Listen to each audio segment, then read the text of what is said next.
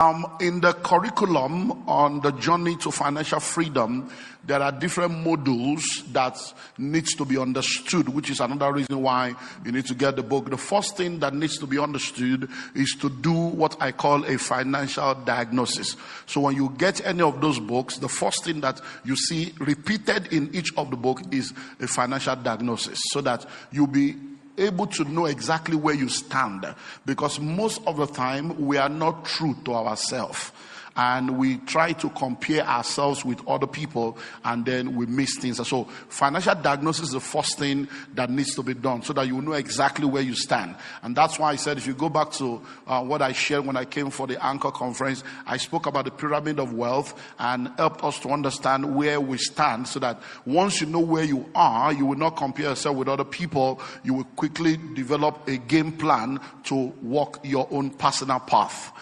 The next thing is to now understand the major global facts about wealth creation, just a general understanding of wealth creation and how wealth is gotten and what governs wealth on a global scale.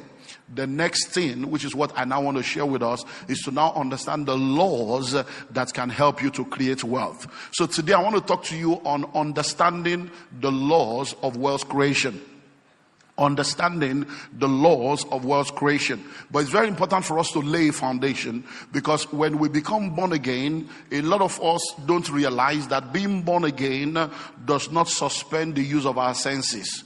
Being born again does not mean that now you are born again, every other thing is useless. No. When you come into the kingdom, you realize that the Bible talks about the mind of Christ. The Bible talks about the sound mind. So when you are not a Christian, there are things that you do that the Bible gives a different definition. But when you become a Christian, the same thing that you used to do that had a different definition now gets a new definition. So for instance, when you are not a Christian, all your works and your labor are called filthy rags. But when you come into the kingdom, the same work is now called good works. So you find out that when you come into the body and you become a part of this kingdom, it does not now mean that you should no more do what you used to do, but you are now doing it with a different motive and with a different understanding. So when you were not a Christian, you were eating. Now that you are a Christian, you will still be eating. When you were not a Christian, you were sleeping. Now that you are a Christian, you will still be sleeping, but there are different dimensions to how you operate once you become a Christian. So to become rich and wealthy, you either do it God's way, which we call covenant way or kingdom way, or you do it the world's way, which we call Babylon's way. Now the difference between the kingdom way and the Babylon way are numerous. Number one, in the kingdom wealth is not acquired. Kingdom wealth is entrusted. So in the kingdom, God will test you before he can trust you. In the world, you can acquire it whether you qualify for it or not. When you come into the kingdom, the purpose of wealth in the kingdom is kingdom. So money in the kingdom is a tool for the fulfillment of purpose. But in the world, money is a tool for power and for all kinds of things that has to do with man and self. In the kingdom is selflessness and sacrifice. In the world is greed. So once you become a Christian, one of the things you now need to understand is that the very minute you become a Christian and you choose to be a true child of God and live for God, about 70% of the ways that people use in getting rich has already been eliminated from your life. Because the very minute you are a true Christian, you can't steal. You can't be corrupt. The very minute you are a true Christian, you can't do yahoo yahoo. You can't do runs and aristo. You cannot be a cultist. You can't do bunkering. The very minute you are a Christian, you can't do round tripping with foreign. So there are many things that you cannot do. So it therefore means that your options are now limited to covenants. So that is why you now need to have understanding. Because what they are doing, you cannot do. So I say to people that, you are either in the secret court or you are in the secret place. Everybody is using something. Just be sure that the one you are using is the right one. Because if you are not using something, somebody is using something against you.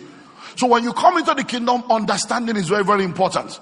Because there is a connection when you look at Jesus on the mount and the devil came and showed him the glory, the kingdoms of the world and their glory, and he said, bow down and worship me and I will give everything to you. And that's option one. You can do it Babylon way. You can go and do Illuminati way. You can go and do Freemasonry way. You can go and be doing all kinds of bring what you love, bring the no. You can do all that. But that will lead to hellfire and destruction. But you see, there is a connection between worship and wealth, intimacy and income.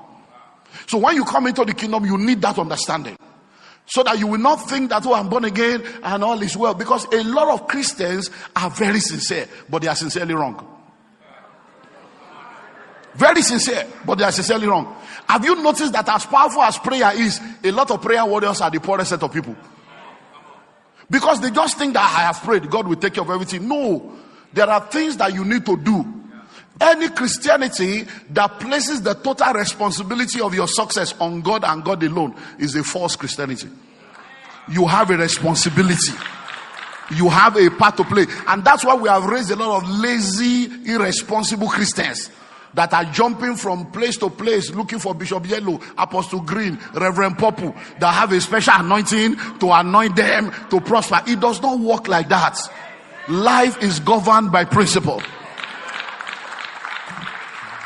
In laying foundation, the next thing we need to understand is that there is a difference between the person of Jesus and the principles of Jesus. When Jesus came into this world, he came as 100% God, 100% man, the incarnate Christ. Now, while he was on earth, he was going from place to place and he was preaching and teaching and healing. Now, all those things we call the parables and the teachings of Christ, what he was doing was that he was revealing to us principles that govern the operation in the world that we live in. So the person of Jesus will save you and guarantee your eternity, but the person of Jesus cannot prosper you. It is the principles of Jesus that will prosper you. So what we have seen is that a lot of people in the church, as a result of religious upbringing and inaccurate theology, they believe that once you have Jesus, you have everything. When we grew up in the 80s, we were singing songs of like, oh, take the whole world and give me Jesus. Now they have taken the world and given you Jesus. You can't pay your rent. You can't pay school fees. You don't realize that Jesus is not enough. Jesus must teach you the principle to give you what you need. Hello? Because we don't suffer in the 80s. This world is not my home. I am just passing through. And you are still passing through 40 years later. And the world is passing you by. Land you don't have. House you don't have. Money you don't have. And then you are now hungry at God. But that is because there is lack of understanding. I have come to realize, I've been around for 38 years. I celebrated 35 years in full-time ministry last year. And I can tell you for free, religion is more dangerous than the devil. Christianity is not a religion. It's a relationship with your creator. When you practice Christianity as a religion, you are going to be a pawn in the hands of charlatans behind the pulpit. When you practice Christianity as a religion, you are going to be a victim of the myopic, inexperienced, inexposed interpretation of scriptures of the people you listen to. And they will tell you one thing today, tell you another thing tomorrow. Because a lot of Christians don't know God for themselves. And that's why you should know God for yourself and read the Bible for yourself, so that you should not be tossed to and fro by every wind of doctrine. Listen, over 80% of pastors behind the pulpit that claim that God has called them, they have never gone to any Bible school, and they have not read the Bible from Genesis to Revelation all their life. And they are behind the pulpit teaching you what they don't know. Hello? Over 80% of Christians in church today don't pray more than 30 minutes a day. They don't fast more than once in a year. And they have never read the Bible from Genesis to Revelation all their Christian life. So how will you know a lie when you don't know the truth? If you know the truth, it's easy to detect a lie. So when you are sitting down in church, you are not coming to listen to one, assistant God that is now telling you something, and then you are just there sucking in everything. So because the mouth that preaches truth is the same mouth that preaches lie. But if you don't know the truth, you will just suck in everything. The next thing they will tell you, go and be eating grass you are eating. They tell you, go and do this. You are just doing all kinds because you don't read the Bible. When you read the Bible and you know God for yourself, when the man of God or the woman of God is preaching, anytime they go out of course, something no. You know that no, that one, no, that. You get it. So you need to understand that when you get born again, the person of Jesus is important. The principle of Jesus is important so that there can be a balance. Now listen. The church has embraced the person of Jesus. But many of us, as a result of religion, we have rejected the principles of Jesus. When we're growing up in the 80s and early 90s, they told us to read the Bible. We're not reading books, so we don't read people's books. They'll say, no, just the Bible. The Bible. In fact, they told us it's not by education, it's by revelation. And many people drop out of school. All on this same Bible matter. They told us, forsake your father, forsake your mother, follow God. Many people rejected their family. Today, they are familyless. Why? Because of religion. So listen. When you embrace the person of Jesus and you reject the principles of Jesus, yes, you are on your way to heaven, but you go through hell on the way to heaven. But what has happened is that the world has embraced the principles of Jesus and they have rejected this person. So they are going to hell, but they are enjoying heaven on earth on their way to hell. And now you are now envying them. Because you are wondering, Jeff Bezos, they don't go to church. All these pastors are deceiving us. Giving is a scam. Tithe is a scam. Religion is a scam. Look at this man. All the rich people, they don't go to church. They don't give tithe. It's because you are ignorant. Everything they are doing is still the principles of the Jesus you have. They are not projecting Jesus, but they are using his principles. And all these things are there in the Bible, from Genesis to Revelation. So once you have understanding, you will know that you need the person and you need the principles. Because God wants you to have heaven on earth and heaven in heaven. Now, having laid that foundation, and I want to share with you what I call 7 laws of wealth creation. 7. Now, laws and principles are universal. Laws and principles are universal. We know of different laws. The law of gravity, the law of self-preservation, the law of lift. We know the law of procreation. All kinds of laws. We know they are universal. So anywhere you go, land in Tokyo now, same law. Land in Switzerland, same law. Enter Kenya, same law. So laws are universal. Principles are universal. They are not a respecter of persons. But the application of those laws are personal, contextual, and geographical. There are some things you will hear today that you cannot use now.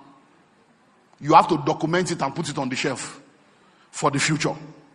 There are some things you will hear now that will be a deliverance of your past mistake. And you're like, Kai, no wonder. Now I get it. I'll go and correct it.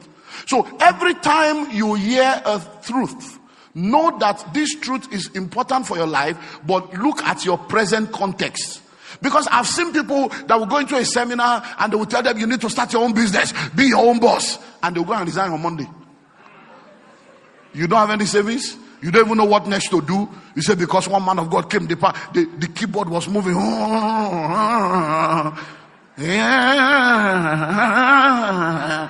And then you are just to touch 3 people. And then you just go and drop resignation. This is your year.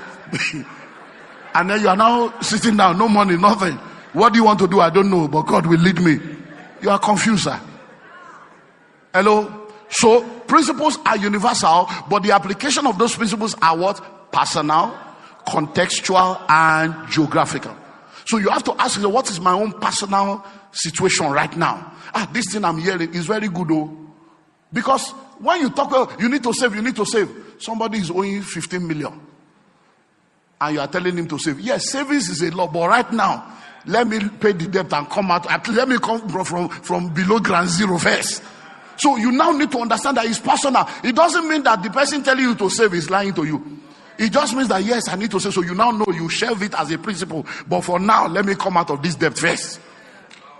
Hello? Is it not somebody that makes money that can save? At least you first get a job first. So when they are saying savings is powerful, you note it. Then you now go and look for a job so that you can get an income first. Hello? So it's personal. Number 2 is contextual. Your context is different from my context. Because we may all listen to the same thing, but we cannot all practice it. So you are listening now, and maybe you come and say, okay, husband and wife, when you wake up in the morning, you have to do your quiet time and pray together. The family that prays together stays together. You are in Nigeria, your wife is in Australia. You know that revelation, your context is true too, but for your context, it can't work. Because when you are waking up in the morning, they are about to sleep. Do you understand that? So when you are listening to things, understand it's not that the thing is wrong, but what's your context? Number 3 is geography. It's geography. So for instance, somebody can tell you real estate is very powerful. You can never go wrong with real estate. It's truth. But if you go and buy land in Ukraine now, it might be a wrong investment. Why? Because of the geography. 2 things can be true at the same time. Something can be true at one level and become a lie at the next level. Do you understand? There's something that they can tell you now is true. But if they tell you the same thing in 5 years' time, it's a lie. You say, what do you mean by that? When you are not married, your parents will tell you, don't allow a man to touch you. Don't sleep around. Oh. That's the truth. But when you get married, if they tell you that, that's a lie. The same woman that told you not to allow a man to touch you will say, don't deprive your husband. Oh. Make sure you give. You say, but mom, you say you should not touch me. That was then. This is now. So laws and principles are universal, but the application is personal, contextual, and geographical. So if it's not working for you, don't fight the law. Don't fight the principle. Find out why. Why is it not working? Because the question you ask determines the answer you get. Sometimes when people are asking questions, they say, what can I do to become rich? What can I do? Sometimes that's the wrong question. Because you have not been jobless, you have been doing something now. The question should actually be, why am I not rich? When you say, why am I not rich? You open a different portal. You now begin to realize that there are some things you are doing wrong that you need to adjust. Because you're already doing something now. So if, for instance, you have an electrical appliance, there is a on button, the off button, the pause button, the forward button, the rewind button, all the buttons are there, and you are pressing all the buttons and it's not working. You say, oh, this thing is a scam. It's a scam. I press on, it didn't on. I press off, it didn't off. No, it's not a scam. Why is it not working? And then you now come and say, there's no battery. Oh. There's no battery inside. Or you have not switched it on. No. Do you understand? At the hotel yesterday, my wife thought she was charging her iPad. So I wanted to charge my own phone. He said, go and charge it in the other room. I'm charging something here so that you can remove my iPad. I've been charging this since morning. And I got there. I saw 21%. I said, I charged this since morning. Only to discover that the socket was not on. So I said, babe, nothing they charge you. This is money. Do you understand? So you may be pressing buttons, but the real thing that needs to be done, you have not done.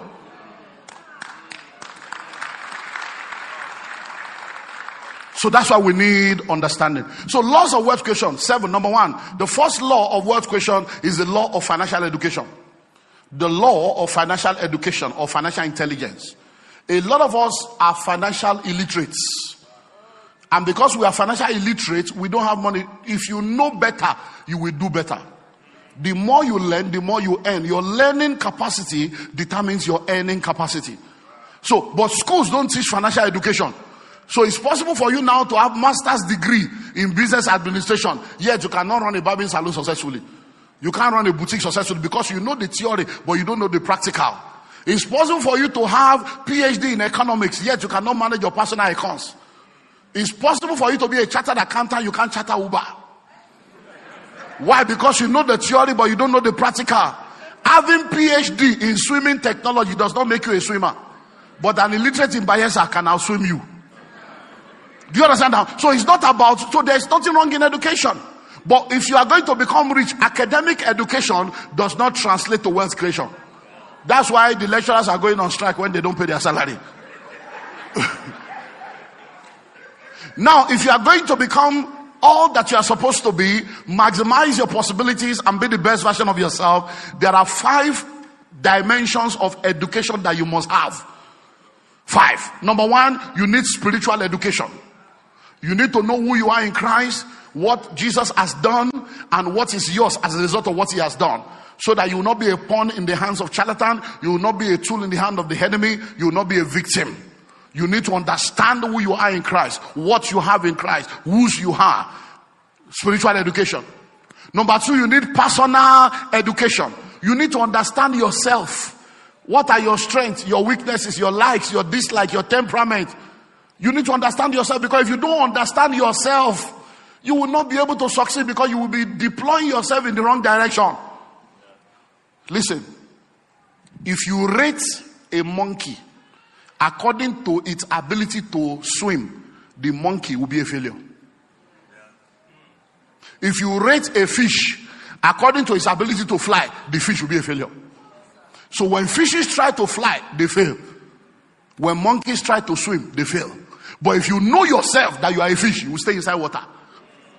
So understanding yourself helps you to put yourself within your area of strength. Yeah, people say, hey, work on your weakness, work on your weakness. Everybody has weaknesses. While you are thinking of weakness, work on your strength.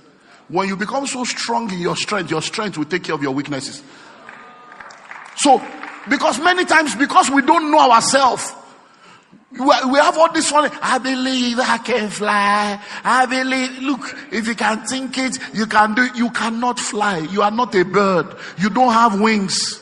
Even if you have wings, wings is not equal to flight. Chickens have wings, they cannot fly. I can do all things through Christ that gives me strength. You cannot do all things. Go and read it again. You can do all things that God has created you to do. Not all things as in literally everything you have been created to do, everything you have been empowered to do, you can do it. I can do this, I can do this. Then you leave your strength, you begin to try to go and force yourself on your weakness. Hello? So the second education is what? Personal education. Number 3, you need what I call marketplace education. You need to understand the way the world works. Many of us are just naive. We don't understand the way we have what I call Christian naivete. We're naive.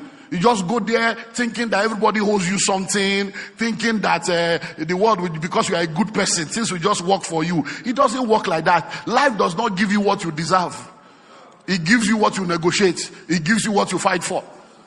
So just thinking that because you are a good person, that people will just like you, they will just support you, is not true. So you need to understand the way the world works. You need to understand the way the industries work, the marketplace work. When you see an advert for vacancy, they will say we need somebody with this qualification, and you will hear things like 5 years experience, 3 years requisite. That's what experience is, education. Are you educated in the way the marketplace works? Do you understand the reporting system? Do you understand teamwork? Do you understand loyalty? Do you understand tasks? Do you understand how things work in the market? Number 4, you need academic education. Academic education. Look, I know there are a lot of people that are pushing all this narrative. School is a scam. School is not a scam. Oh. It's a curriculum that is a scam. School is not a scam. Oh. An educated driver is better than an uneducated one. An educated dry cleaner is better. There is something education does that changes the game for you. So don't let anybody tell you, hey, it's not by education. No. But you see, the curriculum is a scam. So all you need is to now redefine education. Because those who created the academic institution and the educational system, they did not create it so that they can empower you to be rich and wealthy. They created it so that you can be trained to work for them. It's a capitalist principle. I can't go into all the story, but get the books. So you need education. Now listen. Education will do 4 things for you. Education will help you to be able to read, so that you can read contracts and not sign away your life. And then you begin to blame them that they are using you. They are using you. If you don't want to be used, be useless. They are using you. No be you sign now. Education helps you to be able to read. Number 2, it helps you to be able to write. So you can write. Number 3, it helps you to be able to calculate. Arithmetics and mathematics, so you can do calculation. And number 4, education helps you to be able to think analytically. To be able to think analytically and objectively. So you find out that a lot of people have gone to school, but the only thing they know how to do is to read and write. They can't calculate and they can't think. And a lot of people that graduate from Nigerian university, unfortunately, they graduate, they have to be retrained again. If you employ a Nigerian graduate today, they can't speak good English, they can't write anything. You have to retrain them and retrain them and retrain them. It's funny. Hello? So listen, you need education.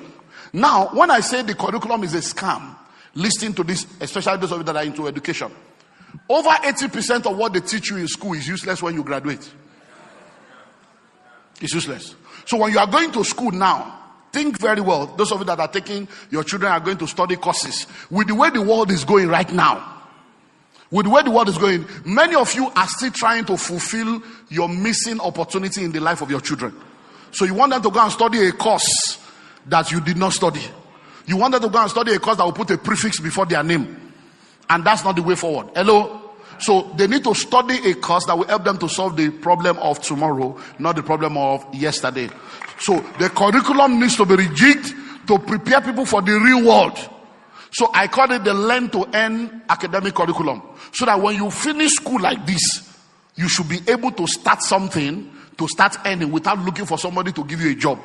So if you have to go through school, we spend an average of 21 years in the academic system to come out with a BSc. And then the first letter you write is I beg to apply. So that means you have spent 21 years to become a beggar. So you are coming to look for a job, you want to apply. The question is, who will create the job that you want to be employed in? If it was easy to start a business, why did your grandfather or your father not start one? Are you seeing now? So you need to understand the way this thing works, so that you can because of time, let's move on. The next one is you now need financial education. Financial education. So you need to understand money, what it is, how to make it, how to manage it, how to multiply it, asset, liability. You need to understand money and really spend time digging deep into that. Number 2 is the law of delayed gratification. The second law is the law of delayed gratification. Please, I beg you, in the name of God, don't use your 10 fingers to eat. That's the way they trained us. Don't eat with 10 fingers.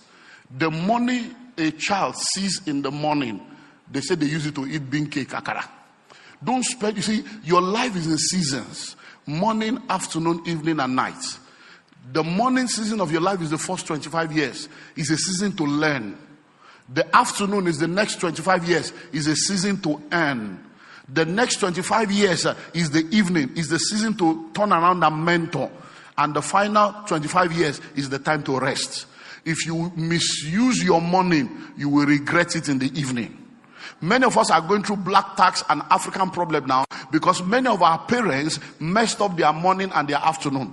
They are now using their evening to mess up the morning of their children.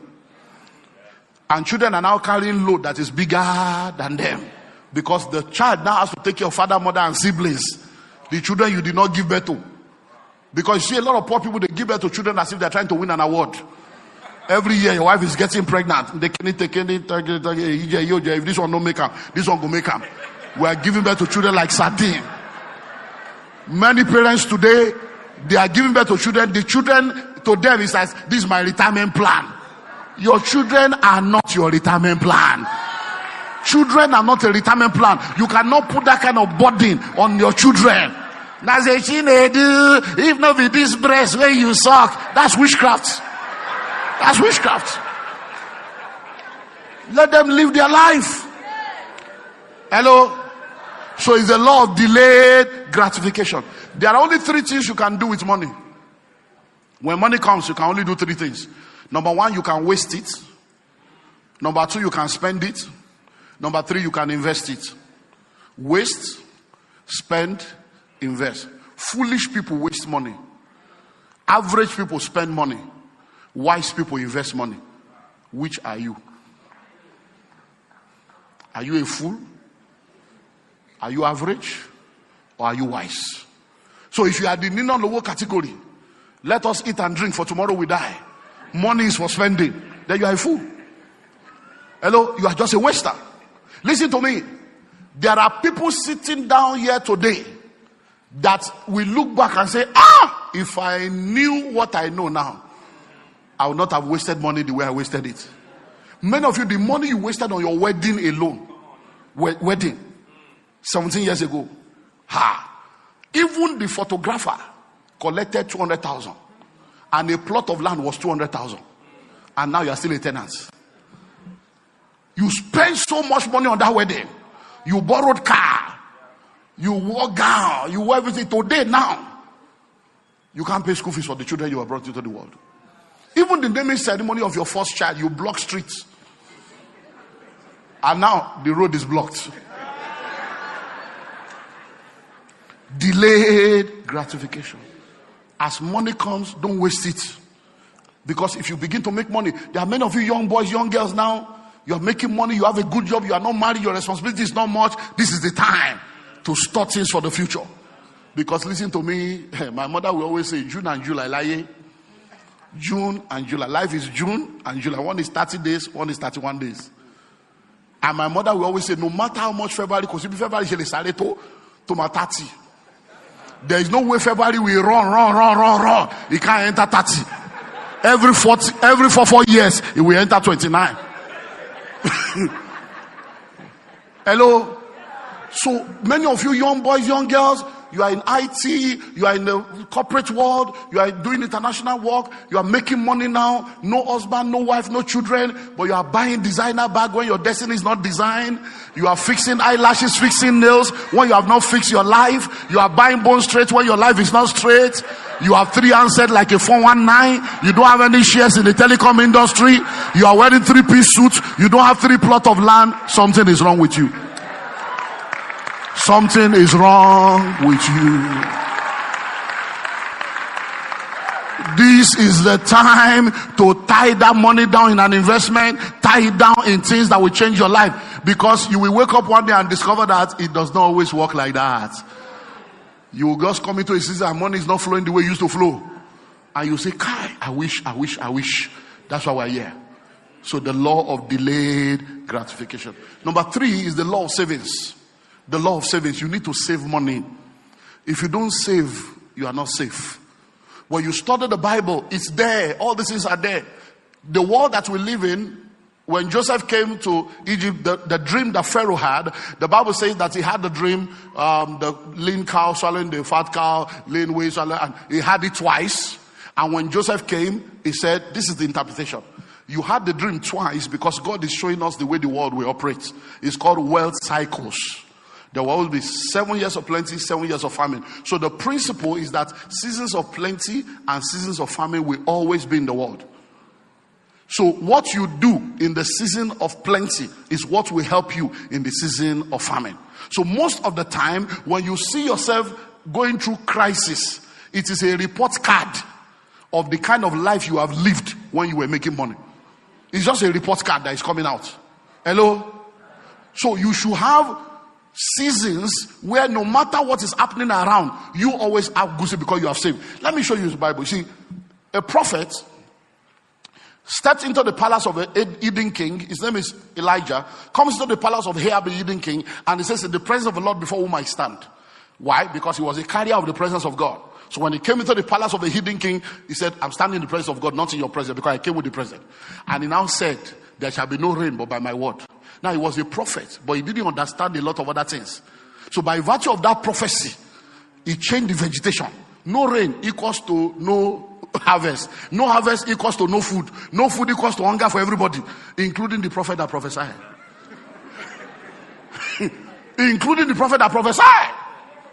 And then he now had a connection that other did not have. He now had to hold on to the supernatural. Lord, God said, okay, go. I'll prepare the raven to feed you. He now shifted into the supernatural. But because of his prophecy, somebody else was suffering. And God now says, you see, you cannot create the problem and be enjoying supernatural and stop other people from enjoying. So the brook must dry up so that you can move to the next. Because see, the perfect will of God is not to bless you. The perfect will of God is to make you a blessing. Bless. So when he was in charity, he was being blessed. But God said, you can't be here, you need to go and be a blessing. So he said, I have now prepared a widow to preserve you.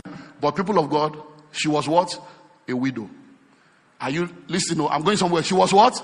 A widow. This was 3.5 years into famine. 3.5 years into famine. When brooks have dried up. When rivers have dried up.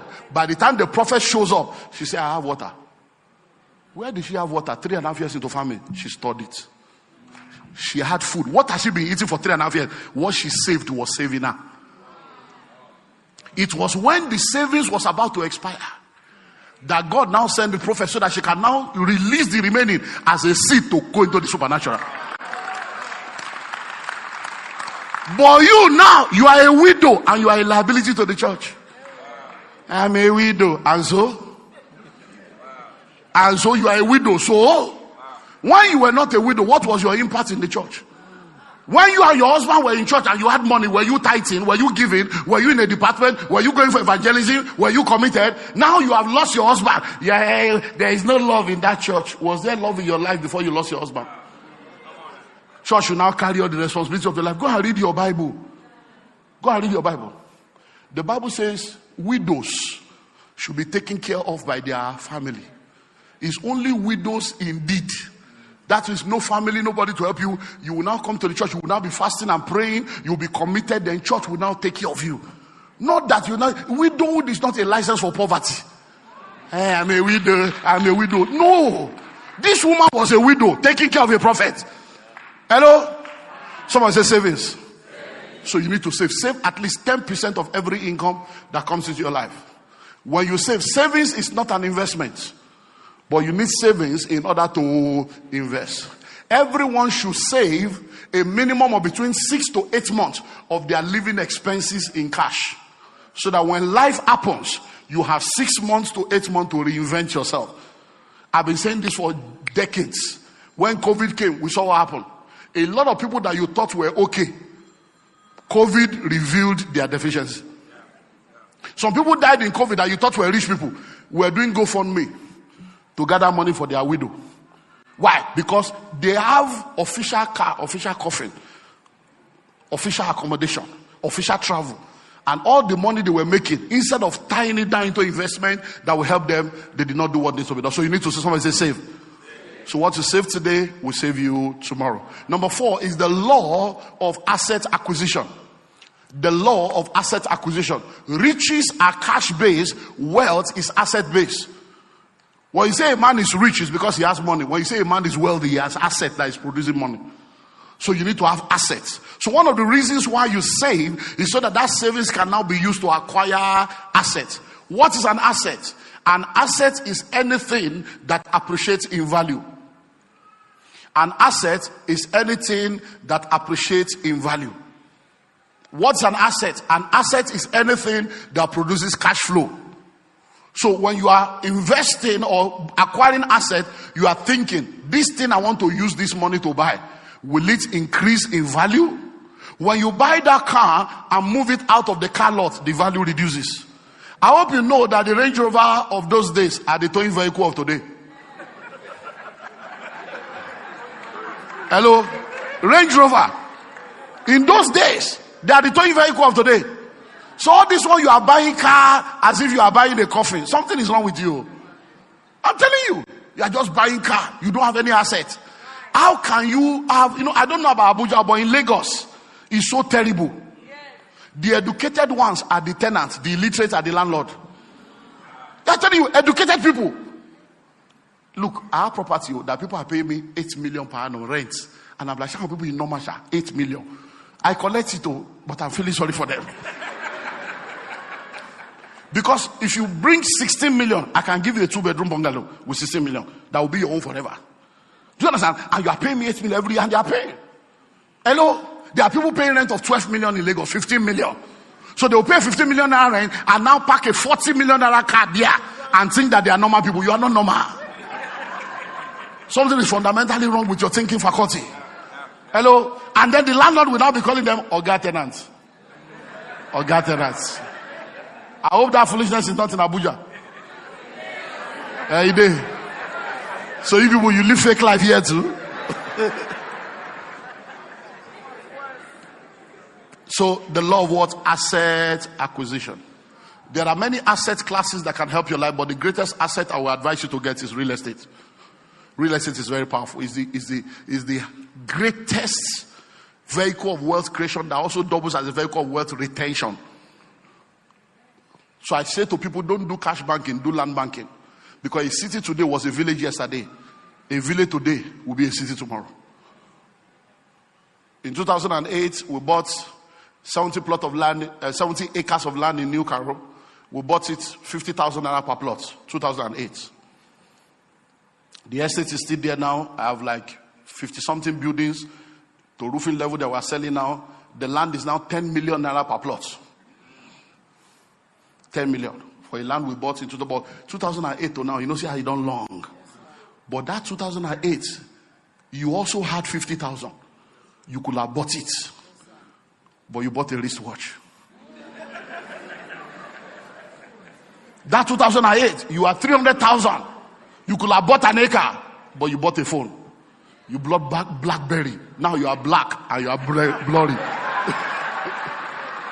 And both you and the BlackBerry, you have expired. You bought Nokia 3310. And you have been big boy. Now your Nokia is Palasa. It's now a dumb phone. It's not even smart. The law of what? Asset acquisition. Number 5 is the law of investment and cash flow. The law of investment and cash flow. So real estate is powerful. But in investment, you need to now look at different investment vehicles that you can explore. So let me run you through some things you can explore. You can explore money market. You can explore the capital market. You can explore collaboration. And you can explore intellectual properties. So let's start with money market. So money market is you investing in financial instruments in different levels. So you can do fixed deposit, call deposit. You can do bonds. You can do treasury bills. You can do mutual funds. You can do annuities. All these are financial instruments. Or you can do stocks. You can buy shares of publicly quoted company, both locally and internationally. So any product you are using that you see people using that is becoming popular, see how you can buy into it. So you're on Facebook, buy Facebook shares. You are using Apple product, buy Apple share. You are on TikTok, you are on. So look for shares of those companies. Samsung, or what are they? So look for all those companies in Nigeria. Look for the companies that are doing well. Look for the indices. Whether you want to start with, penny stock or blue chip stock, buy them. The Nigerian stock market is doing extremely well, and it's been doing well in the last 2 years. But people are not aware because they are still clouded by the 2008 crisis. And they don't know that there's so much money now in the stock market that people are making money. So you can do that. Then you can do collaborations. What do I mean by that? You see, it is better to own 10% of a billion than to own 100% of zero or 100% of 100. So you may not be an entrepreneur, but you can be a part owner of businesses. You can become an equity investor and say, okay, I want to own 5% of this business. So you have heard of Paystack, you have heard of Flutterwave, you have heard of a lot of IT companies that have grown to become a unicorn, that doing $10 million and above, and many of these people are cashing out. When this guy starts, maybe all they need is $10,000. Because I'll give you $10,000 for 30% equity. And if he works, he works. If he doesn't work, you move on with life. But once he click, you'll be amazed. So you can become a part owner of others and do joint venture with people and do collaboration with people. And it will help you. And then you can go into what is called intellectual property. You can buy gold, and I'm talking real gold. And then you can go into intellectual property, which is investing in yourself, producing products and services that belongs to you. Like all my books now, I've written over 100 books. So some of my books are in Ukraine, Russian language. I'm getting royalty. Some of my books are 9 of my books are in French languages. All over, I'm getting royalty. My books are on different platforms. I'm getting royalty. So I sit down, I walk, I know walk, money they flow in different currency. My children would be enjoying. So it's because of investment. So look at what you can invest. It's called the law of investment and cash flow. So what you are thinking of is, what can I put money into that will continue to produce money for me without me having to do anything else? Imagine now that you have, let's imagine that you have 10 houses. So if you start working at 25 and you are not able to get one house every year, if you get one house every 5 years, it means that after 25 years of laboring, you will have 5 houses. After 35 years, you have 7 houses. If those 7 houses are giving you 10 million per annum, that's 70 million from rent without doing anything. That's how people become wealthy. It's not to be doing fasting and prayer without investment. Hello? When I came in contact with this revelation in 1997, my story changed. 1998, I did the first wealth creation seminar. I told my father, my mother, my brother, the whole family. I called all of them from everywhere. I said, I'm about to do a 5-day seminar, Wednesday to Sunday. I said, Daddy, you must be there. Mommy, you must be there. Or else you won't disown me, I will disown you. Everybody, I'm not a breadwinner for anybody. Come and learn how to win your bread and start your own bakery. I called all my younger, I told all my church members, I said, listen, I was still poor, so it's on tape. You know, we used to have cassettes in those days, VHS. It's on tape. I said, keep this tape so that when I become a billionaire and they say, oh, this pastor, church money, we use this one to slap their face. So I did the seminar and I told everybody, I told them, I say, you can give tithe and still be poor. 1998. Yes. I said, as you are bringing 10% tithes, also be doing 10% savings. I command you in this church, all of you go and open an account. As you are bringing your tithe, be saving. And so the first years we ever bought was Ashaka Cement, 1998. We all started like that, little by little, little by little. So it's not so nobody can come now and say, I'm not that kind of pastor. They know. Hello, they know. So I am rich and I spend my money with joy because it is my money. I labored, I invested and got it. So it's not your tithe and offering. Hello. So the law of what? Investment and asset acquisition. Number what now? Number 6 is the law of multiple streams. The law of multiple streams. And please listen to this because of time. Time is running. But Mama said I should finish this. So the law of multiple streams. Please, you see, this law is a whole message on its own, but let me see how I can run through it now. Listen, the law of multiple streams. Many people in our world today, they are involved in what I call multiple struggles. You are just a struggler, and you think that you are a rich person. No, you are poor, but you just don't know. So, you see, when I'm looking at, I'm seeing elderly people, no young people, so that you don't. Can I have just 4 volunteers? Just volunteer yourself for me. Come out, 4 people, just follow. Make I use you do an example. So that I will just show the example of it. Because if you get it, you get it. See this one. Thank you, sir. Please line up 1, 2, 3, 4. Because many of you are very hard working, but you are not smart working. There are 3 work that will change your life: hard work, smart work, and network. So many of you are very hard working, but there is no common sense to the work. Many of you are working hard, you are working smart, but you are not in the right network. So hard work, smart work, then what? Network. Because who you know and who knows you determines how far you go. You see, in this life, nobody goes up. You are brought up. Were you not brought up by your parents or your guardian? You can't go up. Nobody climbs that ladder. Somebody will have to bring you up. I hope you know that there are clubs of billionaires in Nigeria. You can't apply. You can't pay money to enter. Somebody inside must recommend you, and they will go through scale to bring you. Say, my friend wants to join. There are clubs in Lagos. I don't know about. There are clubs in Lagos to join. Every year, you pay 50 million. Yeah, that's membership fee. 50 million every year. But guess what? There are people that have dropped 50 million 4 years ago. They never accept them. They are on waiting list. Yes. There are 50 million in an account. They are waiting to qualify 4 years later. I still got a call. I said, hey, I paid 2 years ago. Help me talk to them. I said, no, the waiting list here. It's not yet your. Because many of you don't understand. When I look at Christians, I say, oh, this Christianity. There are people that run things in this country. That run things in different sectors. Gatekeepers, power broker. It's not, many things are not done in the office. So they are done on the golf club. They are done in the beer parlor. They'll just, okay, no problem. Don't worry, just send me, I will send it to you tomorrow. And it's not, you will be there. Be writing proposal, be doing PowerPoints. Be doing PowerPoints. Because you know the reason why those clubs are the way they are. By the time you get in there, for you to even be a member, nobody looks down on you. For you to be in that room, you just sit down, go to walking around, everybody just moving around. When you go to, hey, how are you? They will greet you with honor. They won't say, who are you? Because they do that for you to be in this club. You have gone through, so you must be somebody. You may be my next key, so I can't look down on you.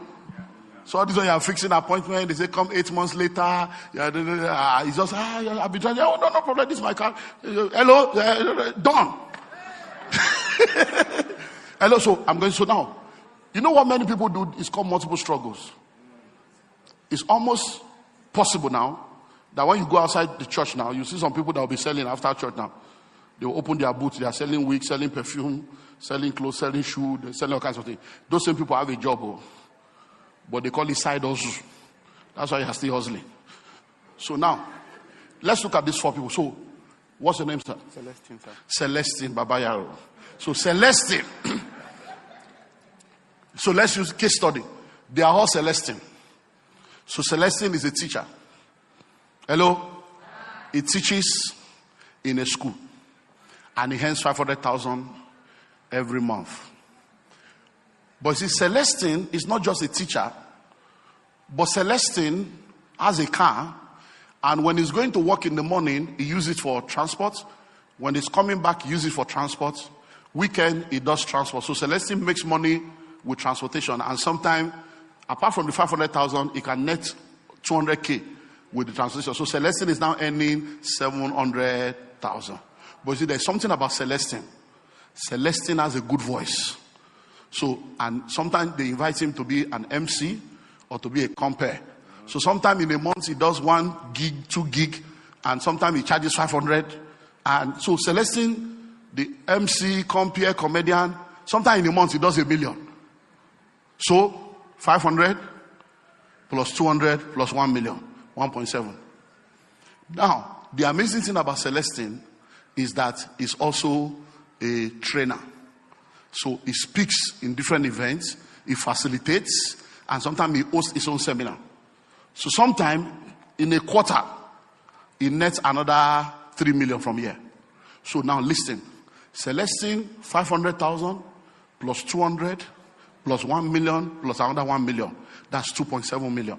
Now listen, when Celestine sits down with his mates, that they are all collecting 500,000, they will not understand how Celestine is doing it. Because Celestine has more money available than them. But you see, when you look at Celestine now, he will be a big boy. He may have a, Camry, or he may even have a land somewhere. He's a big boy. He's not like other people. He's smart. But you see, the problem with Celestine is that everything Celestine is doing here now is what we call multiple struggles. That's why many people are poor in Nigeria.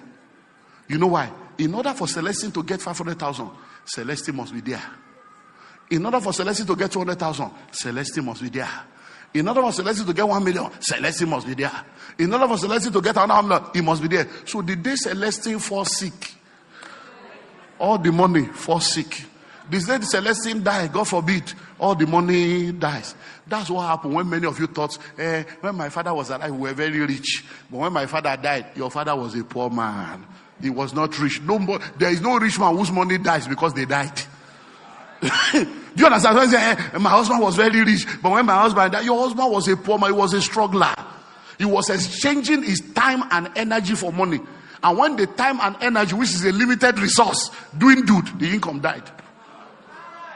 Do you understand now? So I see a lot of Nigerians, because you don't understand, I say, you don't even know what they are doing. You don't know what they are doing. You see, when you make money, everybody wants to investigate the source of your riches, but nobody investigates the source of your poverty.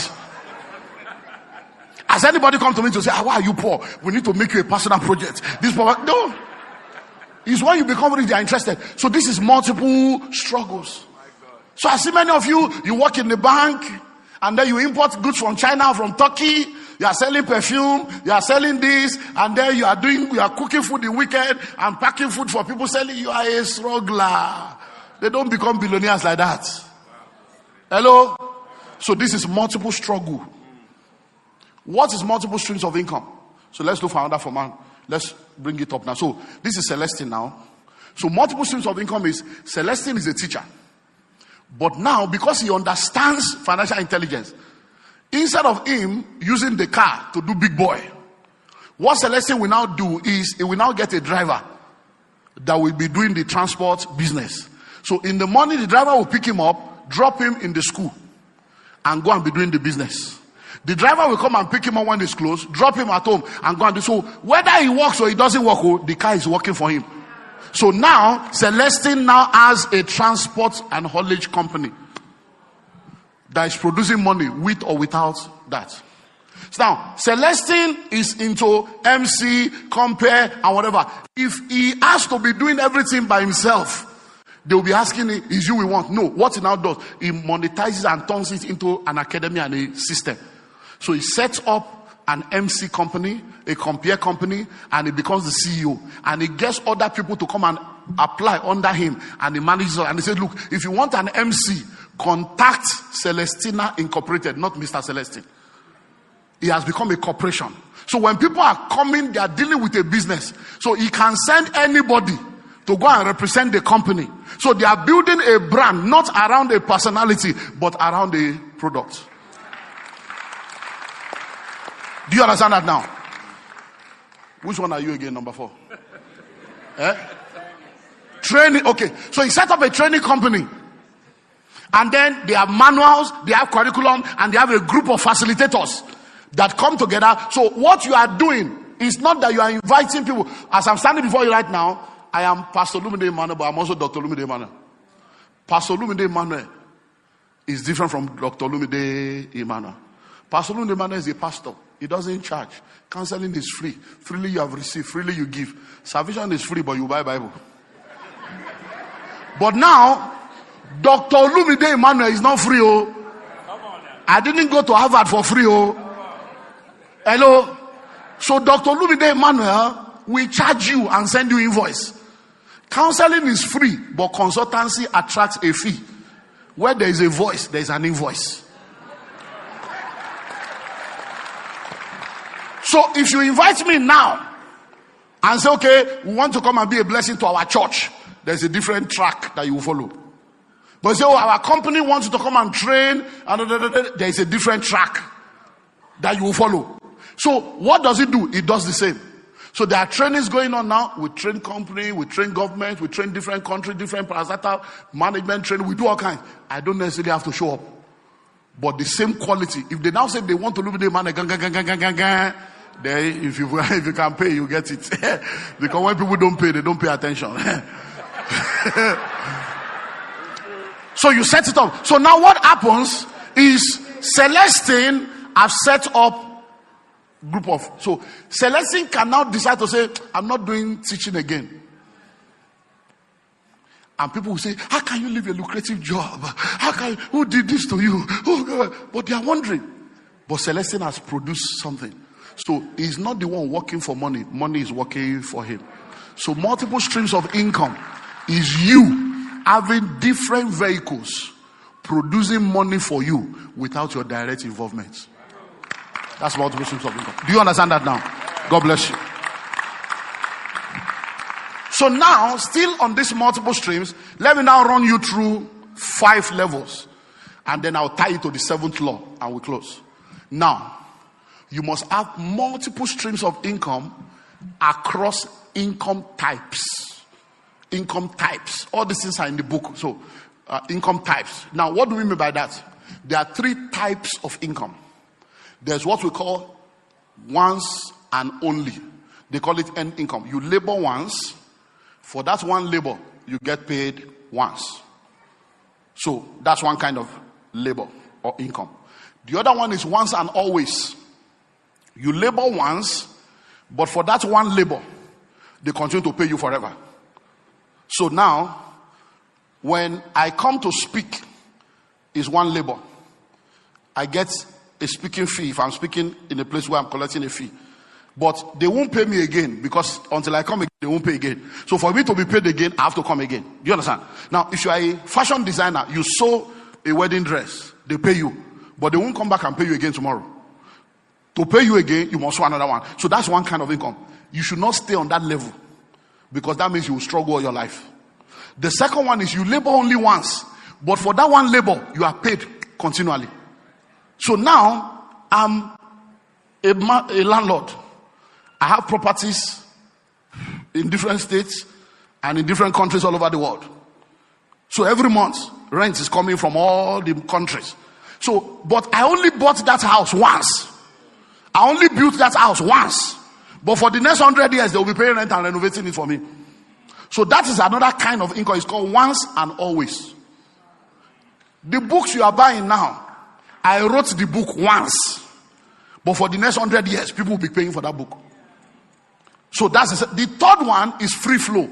At that third level, you don't even need to labor. Let the money labor for you. So instead of you laboring, let the money be the one laboring for you. So when I say you need multiple streams across income types, it means that you should look into your life and ensure that as you are growing, you are eliminating that first one. And you are left with the second and the third. Because your health, your energy, and your time is limited.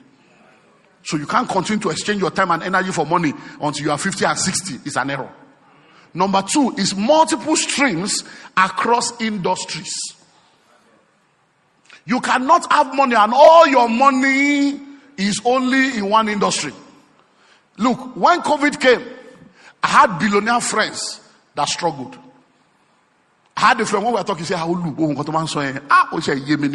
because many times I would tell this guy, let's do this. He said, no, I want to be focused. I said, look, focus and diversification are not enemies of each other. I said, look, I have studied this thing. When it comes to money, Genesis to Revelation, I have studied Bible, 8 months of an encounter. When it comes to education, I have got to double PhD. So I studied this thing. My dissertation in my PhD, my second PhD, was the role of personal and political leadership in the economic empowerment of people. And I dealt with poverty from the grassroots, from maternal care.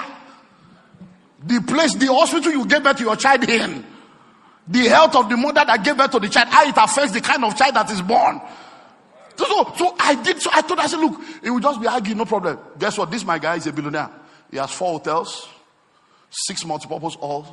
Then it's one of those that rent. If you are doing event or this crusade, he has all the equipment, state of the art, Reambonke level. But when COVID came, everything zero.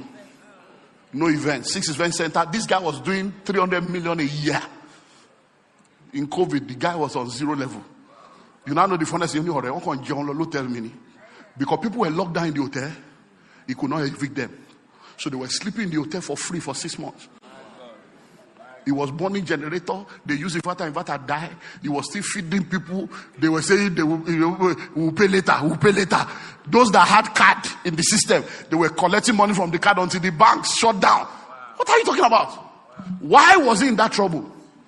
Every investment he had was in one industry. Multiple streams across industries. So you must have money in economy, in farming, in tech, in everywhere. I did not have any investments in health until COVID came.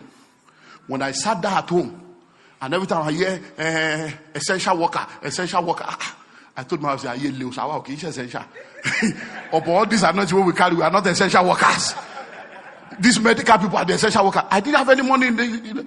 Immediately after I say I must enter that field. Now I have money in pharmacy, America, everywhere. I put money in every health I can put money into. Hello? Multiple streams across what?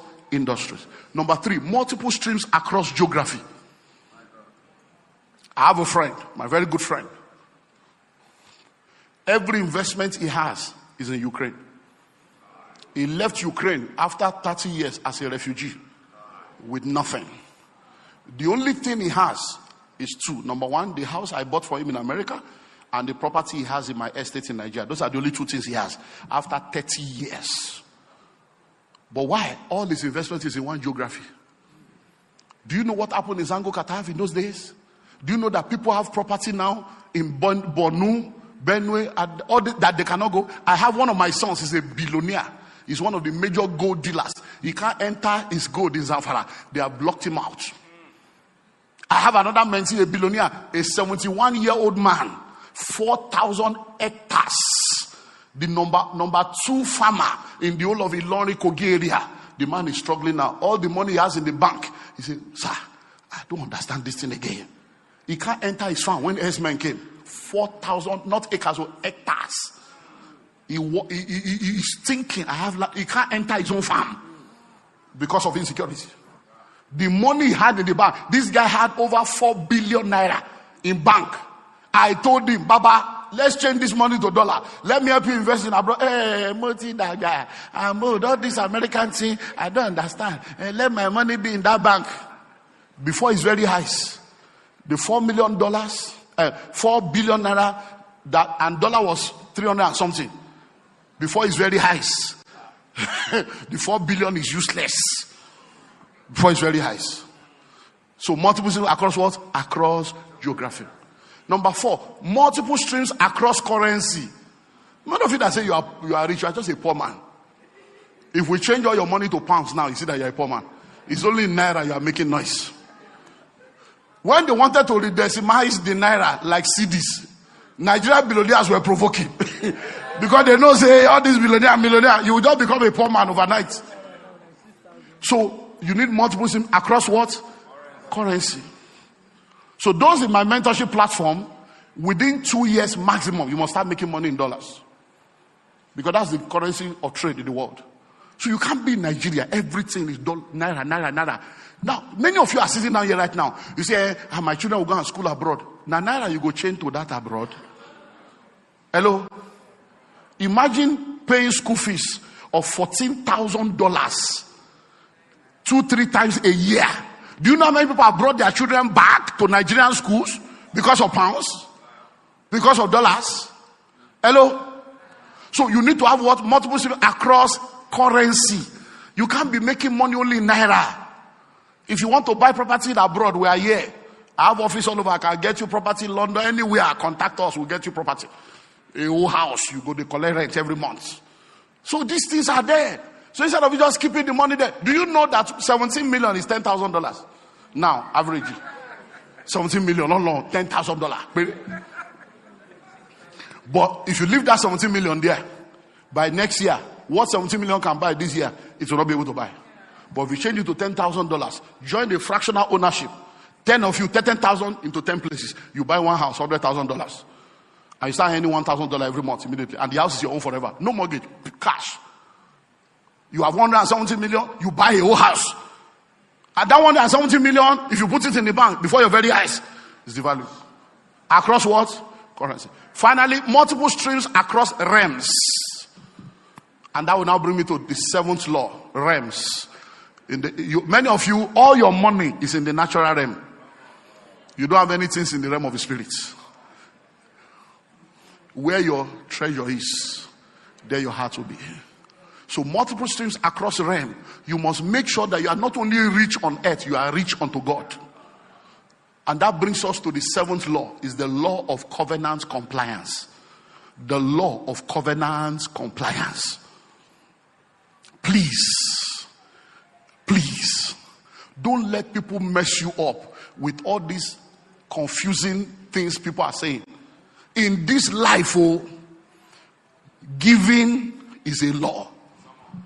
The principles that God has established, they have nothing to do with redemption. They are principles that have been put in place for the perpetuation of his creation.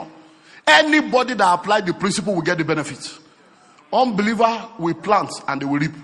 If you don't plant as a Christian, you will not reap. Hello? The law of sowing and reaping is not a Christian law. It's a kingdom law. It's the law of the kingdom. The law of dedication, law of kingdom. Law of punctuality, law of the kingdom. Law of love, law of the kingdom. These are kingdom laws. Anybody that practices them, whether they know God or not, it will work for them. You that know God, if you don't practice it, it will not work. Rain will fall on the righteous and on the unrighteous. Somebody will say, I don't believe in God, but he's still alive, he didn't die. Because he's breathing in and breathing out. He's eating and he's sustained. If you say, I believe in God and you don't eat, you don't breathe in, you will die. So when we talk about laws, it's not about, hey, they are trying to collect our money. Look, everything you have belongs to God. To be arguing about 10% is a revelation of your lack of understanding. Because when you are a rich man, even your tax is 40% capital gains tax. So except you want to end up in jail. When you are a rich man, the tax you will pay alone. How much is company income tax now in Nigeria? So what are you talking about? Even your payee that they deduct. So why are you arguing about 10%? Who did this to you? 10%? And you're arguing? Is that what God is to you? 10%? You make 100,000, you argue about 10,000? Haba. You got 1 million, 100,000 is a problem? 100,000 that if we live here now, 4 of us enter correct restaurants. We take do buffet, 35k times 4. Do shower, do small chops, take shawarma and give me Chapman. They give you be 130k. What are you talking about? Enter correct restaurant, give me Monica fish with plantain and give me pina colada. What are you talking about? Is that what you are 100,000? You made 1 million to give God 100,000. Say, God, I thank you. Is your problem? We're not talking. You see, look, the 10% has never been the problem. Mammon and lack of understanding is the problem. Hello? Okay. And it's okay. Okay, so you come. Stand up. Now. No, I'm going somewhere.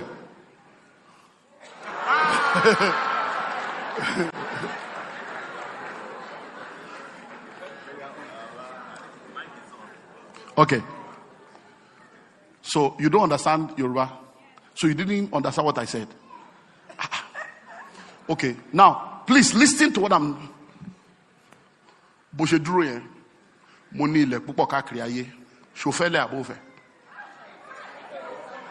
No, don't. We are preaching. Now, monile nibi gam atikwa wole kanton. Mo le fun ele kan chauffeur above. Now listen. Please, I'm showing you something. Now, I asked him. I said, I have land all over the world. Do you want or not? He didn't answer. I asked, I said, I have houses. Even in this Abuja, I have houses we have almost completed. I can give you one. Do you want? He didn't respond. Now, listen. Why did he not respond? Is he a bad person? Is he an ignorant person? Is he a disrespectful person? Is he dishonoring me? Is it that he doesn't want? Why did he not respond? He doesn't understand. Anything you don't practice, you don't understand. God bless you. You don't understand. That is why I believe more in teaching than preaching. Preaching does not disciple people. The problem of the church is discipleship. We have too many children and kindergarten in church arguing over irrelevant things. They're like children playing in the market square. Hello? Preaching does not disciple people. Preaching will inspire, stir up, motivate, challenge, but only teaching disciples people. When people understand something, you can't take away what somebody understands. So when you see that all these other people are talking about tithing, there is no way you can confuse some people because they understand what they are doing. They know that, hey, I'm not trying to bribe God. They know that they know that everything I have belongs to God. The 10, I am bringing it as an act of worship. In acknowledgement of the fact that God is my source. That's all. It's not because if you get that. No, they are doing with understanding. And let me help you get this. The 10% is not the problem. I said it in the first service. If you get 100,000 out, 10% is the tithe. Is 10,000 your problem? Really, think of it. Before you leave here now, you can still send 10,000. You can even give 10,000 to somebody at the gate. It's not the tithe 10,000 that is the problem. You can eat 10,000 food without feeling it. You can go to a restaurant. You can go to movie cinema. Do you know that some of this ticket premiere is 8.5, one ticket, and 4 of you will go and spend 30k and take popcorn and come back. It's not the 10,000, but everything that God places a demand on becomes a point of contention. That same 10,000, when you now put it in an envelope, it becomes big. 10,000. That 100,000. 100,000. I'm telling you. You see, when people argue about first fruit and all these things, I say it's just that you don't understand. So I ask questions like this. Have you ever gone a whole year without salary before, or 6 months? And people say, yes, I didn't have a job for over a year, but you did not die. For over a year, you didn't have a job, but God took care of you. You now got a job. Bam! First salary, 350. Then I say, bring the 350. Say, I cannot give you first fruit. What's that? Old Testament, New Testament. You start arguing. The same you that didn't have anyone. You will be singing, if you can use anything, Lord, you can use me. You can use anything, Lord, you can use me. Take my life, Lord. Now, The money has come. He said, this one, all these churches, they are using us. All these pastors, they are using us. Nobody will say, may God use you. If you don't want to be used, be useless now. Hello? Let me close by helping you understand this. The seed of every fruit is poison. The seed of every fruit is poison. You see, when God created the tree, in every tree there is a fruit. In every fruit there is a seed. The chemical composition that produces the fruit is always inside the seed. So whenever you eat seed, you are eating poison. If you take orange now, put your finger inside, bring out those seeds, put it in your mouth and begin to chew it. Poison, bitter, your mouth will start swelling. Why? Because that is not what it's meant for. It's for planting. If you take mango now, after you finish eating the mango, cut the something and eat it, you are poison. You are going to hospital. Because the seed of every fruit is poisonous. Because that's where the chemical composition for reproduction is buried. So you don't eat seed, you plant seed. So every time money comes into your hand, the 10% of that money is the seed. It's poison. It's poison. So when you eat that 10%, that was the seed that will reproduce the other one. You have just chopped poison. You say, but I'm alive. Adam ate the fruit and was still alive. But he was dead. Something died. But physically, biologically, he was alive. Every time you eat what you are not supposed to eat, something dies. But it's not physical. And you are not aware. Opportunities that could have come that will not come. Speed that will have been experienced that will not be experienced. Things that will have come by grace that you now have to labor for. But because you don't know what you have lost, you didn't know. Every head bowed in Jesus' name.